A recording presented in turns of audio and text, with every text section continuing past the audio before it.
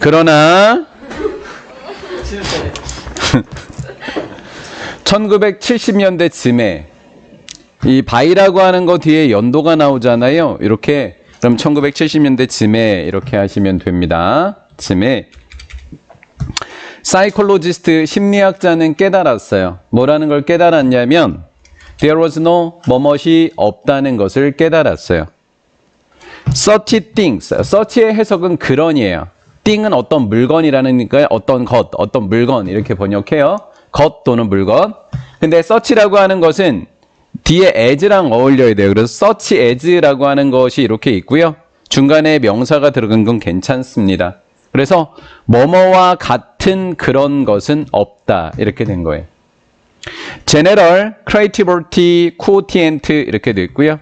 얘는 창의성이라는 단어고요. Quotient는 밑에 보면 단어가 나와 있어야 돼요.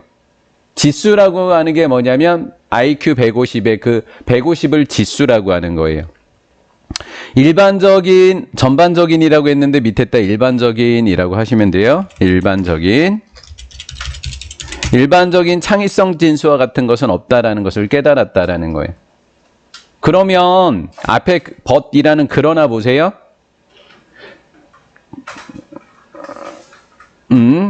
전반적인 일반적인 창의성 지수 같은 것은 없다 그랬어요. 그걸 깨달았대요. 근데 앞에는 있다고 생각한 거예요. 앞에는 있다고 생각했다. 그런데 없다는 것을 깨달았다. 이렇게 해야지 맞는 거죠. 그럼 앞에는 창의성 지수가 있다라는 이 내용이 들어가야 돼요. 이해가 된 거죠? 이렇게 예측을 하는 훈련을 좀 하고서 하셔야 된다라는 거예요. 요즘 글의 흐름, 문장 삽입하기 너무 어렵게 출제가 되고 있어요. 진짜 어려워요, 요즘. 홀리라고 하는 것의 뜻은 두 개예요. 신성한이라는 뜻. 홀리 나잇이라고 하는 게 있잖아요. 크리스마스 이브 때 부르는 거. 홀리 나잇, 신성한 밤이라는 뜻이거든요. 근데 여기서 홀리는 궁극적인이라는 뜻도 두 개가 있으니까 두 개를 같이 암기해 둡니다. 자주 나오니까 꼭 암기해 두세요. 궁극적인 목표예요. First wave, 첫 번째 물결. 무슨 연구에? 창의성 연구에. 창의성 지수를 따지는 것이 나왔다 그랬잖아요. 그러니까 창의성 연구가 나왔겠죠. 창의성 연구의 첫 번째 물결의 궁극적인 목표는 성격 검사이었다라는 거예요. 창의성 검사는, 창의성 지수는 무슨 검사랑 똑같았다? 성격 검사랑 똑같았다라는 거죠. to measure 하니까 측정하기 위한 검사가 되는 거예요. 일반적인 creativity ability니까 창의력이 되는 거예요. 일반적인 창의력을 측정하기 위한 성격 검사이었다라는 거예요. 여기서 창의력인데 어떤 창의력이래요? 창의력 앞에 뭐라고 적혀 있어요? 일반적인 창의력을 측정하기 위한 성격 검사였지요. 우리는 3번 여기를 읽으면서 일반적인 창의력을 측정하기 위한 성격 검사이었다라고 얘기했는데 그런 건 있다 없다? 없다라는 걸 깨닫게 되는 거예요. 뒤늦게 가서 이해가 된 거죠? In the same way부터 한번 해석을 해볼까요? In the same way는 같은 방식으로라고 빼내야 되겠죠? 이렇게 꾸며주는 거일 테고요. In the same way 그러니까 같은 방식으로 the way라고 하는 거랑 how는 만나지 못해요. 우리가 고등학교 2학년 때는 문법도 출제가 된단 말이에요. 모의고사에서. 그러니까 문법도 대비를 좀 해놓습니다. 자, that은 가능하지만 way랑 how는 같이 적지 못해서 how는 x 이렇게 된 거예요.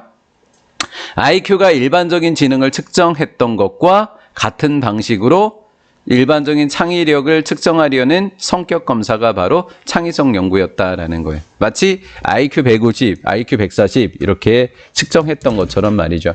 얘는 측정하려고 노력을 한 겁니다. 한 사람의 창의성 점수라고 하는 것은 should tell, 우리에게 말해줘야 된다라는 거예요. 뭘 말해줘야 될까요? 그 또는 그녀의 창의적 잠재성입니다. 우리에게 그 또는 그녀의 창의적 잠재성을 말해야만 할 거다라는 거예요.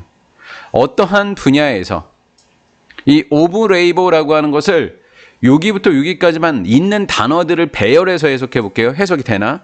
어떠한 분야, 노력의 어떠한 분야, 해석이 안 되잖아요. 그래서 of endeavor는 노력인데 노력하고 있는 분야라고 하시면 돼요. 노력하고 있다라는 것은 연구하고 있다라는 의미가 되는 거예요. 노력하고 있는, 그러니까 여기에서 연구니까 연구하고 있는 어떠한 분야에서든지 그 또는 그녀의 창의적 잠재성을 우리에게 말해줘야 된다예요. 왜? 무슨 지능을 찾고 있으니까?